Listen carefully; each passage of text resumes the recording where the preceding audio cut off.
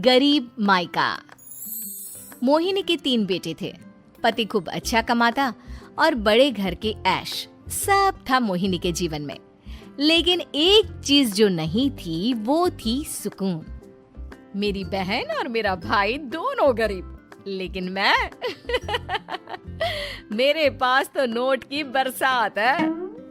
तभी मोहिनी की बहन वीना उसके दरवाजे आ जाती है। अरे मोहिनी, कैसी है? मेरे घर में ना सिलेंडर खत्म हो गया है। तेरे पास तो इतने पैसे हैं, भरवा देना मेरा सिलेंडर। पैसे जैसे ही आ जाएंगे मैं दे दूंगी। तभी मोहिनी का पति राकेश आ जाता है। क्या है वीना, ये अपने घर की परेशानी हम लोगों के घर ना गाया करो। तुम्हारी बहन को तुम लोगों पर तरस आ जाता है और वो पैसे देने लग जाती है। मुझे ये बिल्कुल पसंद नहीं है। ओ जीजा जी, नहीं, मैं तो वो बस अच्छा, मैं चलती हूँ। वीना वहाँ से चली जाती है। उसके जाने के बाद अच्छा किया जो आपने सुना दिया। अरे न जाने क्या सोचकर मेरे घर आ जाती है कि जैसे यहाँ तो भंडारा भरा है। अरे कितना तो दे दिया। अच्छा जी, जरा 1000 तो देना। वो बिन्नी दीदी है ना, उनके घर जा रही हूँ। उनका पोता हुआ है तो मुंह दिखाई दे दूंगी। हाँ, उन लोगों के आगे तो शो ऑफ किया करो। वो खुद को बड़ा अमीर शो करते हैं ना, दिखा दे कि तू भी किसी से कम नहीं है। हाँ जी, इसी के लिए तो जा रही हूँ। मोहिनी तैयार होकर अपनी बुआ की बेटी के घर जाती है, जहाँ उसके पोते का कार्यक्रम चल रहा होता है। वहाँ वीना भी आई होती है। अरे वीना, क्या जरूरत थी यहाँ आने की? तेरे घर पर गैस नहीं है तो वो भरा लेती। क्या करूं मोहिनी, बुआ को बुरा लग जाता नहीं जाती तो। वैसे मेरे पास एक जोड़ा बच्चे का कपड़ा रखा था, वही अपनी चांदी के पायल के साथ देने जा रही हूँ। घर पर गैस थी नहीं, सोचा परिवार यहीं खाना खा लेगा, बाकी सुबह का सुबह देखा जाएगा। मोहिनी को बहन पर दया आ जाती है। वो पर्स से 1000 रुपए निकाल कर दे देती है। ले वीना, लेकिन पैसे वापस कर देना, तेरे जीजाजी हिसाब लेते हैं।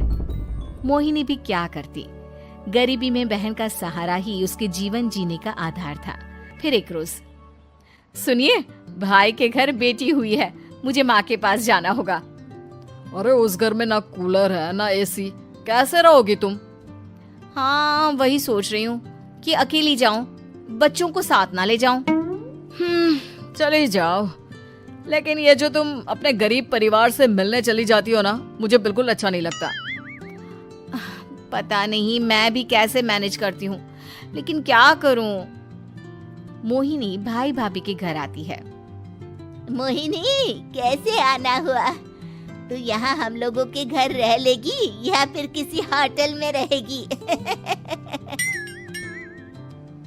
क्या हो गया है माँ? मोहिनी को क्यों ऐसे बोल रहे हैं आप? अरे तू नहीं जानती अपनी ननद को, पैसे वाली है ना, तो ऐड कुछ ज्यादा ही है। मोहिनी को माँ की बात का बुरा नहीं लगता है, क्योंकि उसे पता ही नहीं चलता कि माँ उसे जली कटी सुना रही है।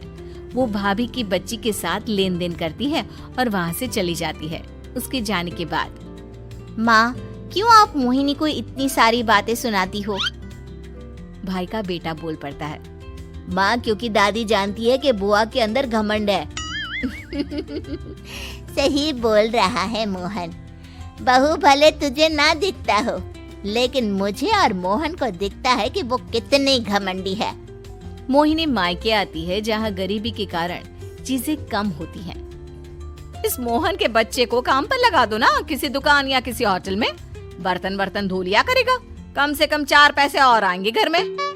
देख मोहिनी, माना तेरे पास पैसा है, लेकिन तेरे भाई के दिन इतने भी बुरे नहीं चल रहे कि वो अपने बच्चे की पढ़ाई रुकवाकर उससे बर्तन धुलवाए। मोहन माँ की ओर देखता है, जैसे आंखों से बोल रहा हो, देख लिया बुआ का हाल। हाँ मोहिनी, बात तो सही है, लेकिन अभी मोहन को पढ़ना है। आखिर तुम भी तो अपने दोनों बेटों को पढ़ा रही हो ना। मेरे बेटों से कैसे कंपेयर कर सकती हैं आप? अरे वो तो कलेक्टर बनेंगे। हाँ, कल को वो मोहन को नौकरी में रख लेंगे, क्यों?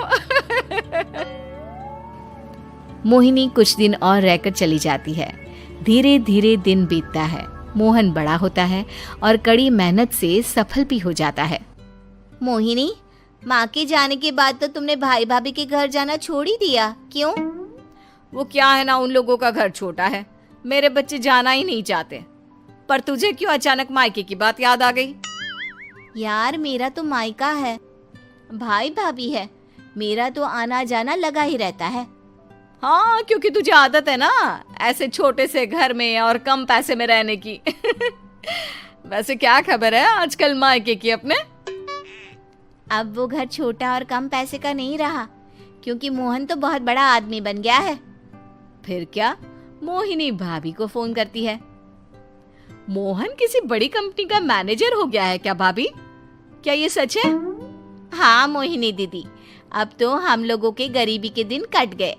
आपके भाई ने कोई अच्छे कर्म किए होंगे जो हम लोगों का बेटा इतना अच्छा कमा रहा है। देख लो भाभी, पहले भी आपने कई गलतियां की थी, आप थोड़ा संभल कर चलना। भाभी को मोहिनी की बात समझ में नहीं आती कि वो क्या कहना चाहती है।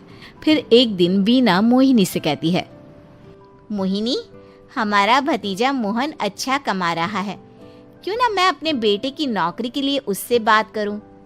अरे बुआ का बेटा है, ये सोचकर मदद तो करेगा ना? हाँ हाँ, क्यों नहीं करेगा, उसके बुरे दिन में तो हम भी खड़े थे।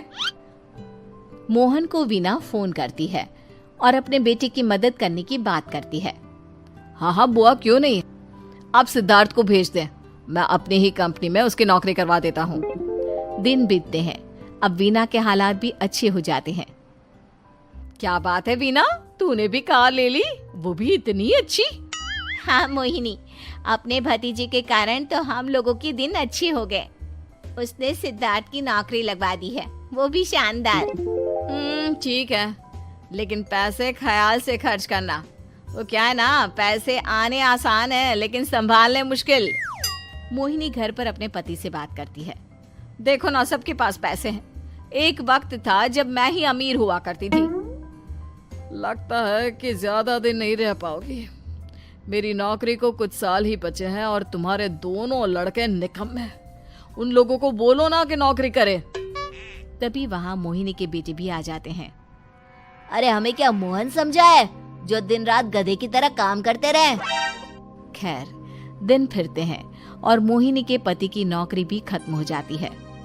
मोहिनी क्या करे, थोड़े से पैसे में गुजारा नहीं हो रहा है, तो क्या करे, मेरी समझ में कुछ नहीं आ रहा। मोहन को बोलो ना कि वो इन दोनों के लिए नौकरी देखे, जैसे सिद्धार्थ के लिए नौकरी देखी है। मोहिनी क्या कहती, उसे अपने वो दिन याद आ जाते हैं जब उसने भाभी से मोहन को नौकर बनने की सलाह दी थी।